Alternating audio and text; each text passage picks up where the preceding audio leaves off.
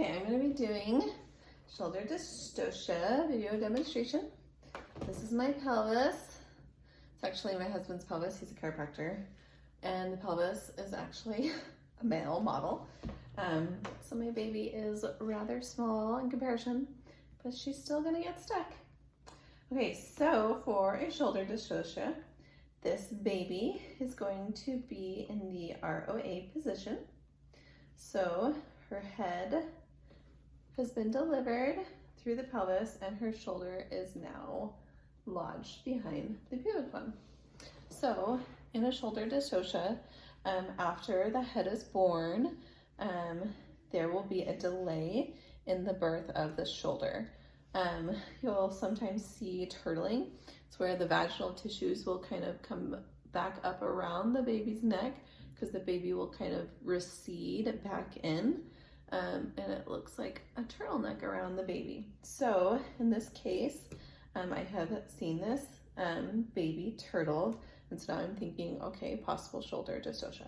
So my first maneuver would be to apply traction on the head. So just a gentle forward motion to see if I feel any movement at all. In this case, I do not. And so I let the mother know, slash ask permission, can I feel for a cord or a hand? So I stick my fingers in the anterior side to feel for a cord, feel for the shoulder. I don't feel the shoulder, I don't feel a cord, and I don't feel a hand. So then I do the same thing on the bottom. No cord, no hand. So my next maneuver would be to request that she bring her knees up into a McRoberts position.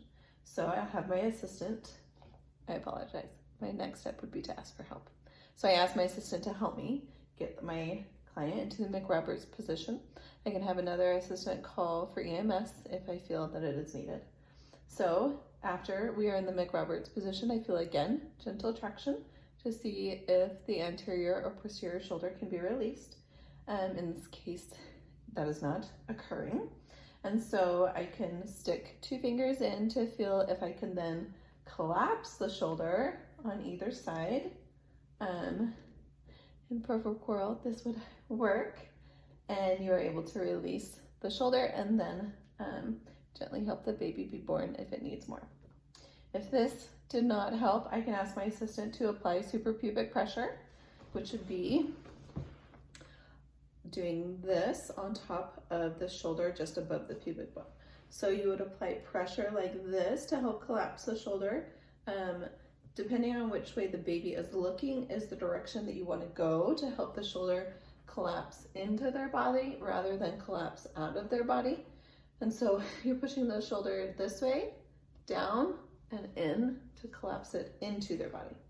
So this baby, as I said before, is in the ROA position.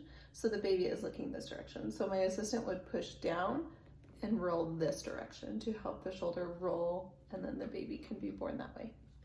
If this also did not help, then we can request the client get into hands and knees, which will rotate the hips, rotate the pubic bone. My assistant can help.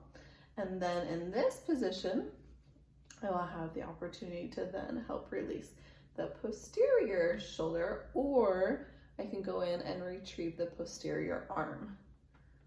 So I go in, I locate the arm, pull the arm out, which will release the shoulder. As you can see, release the shoulder. And then using both hands, gently encourage the baby to be born that way. Yay for shoulder dystocias!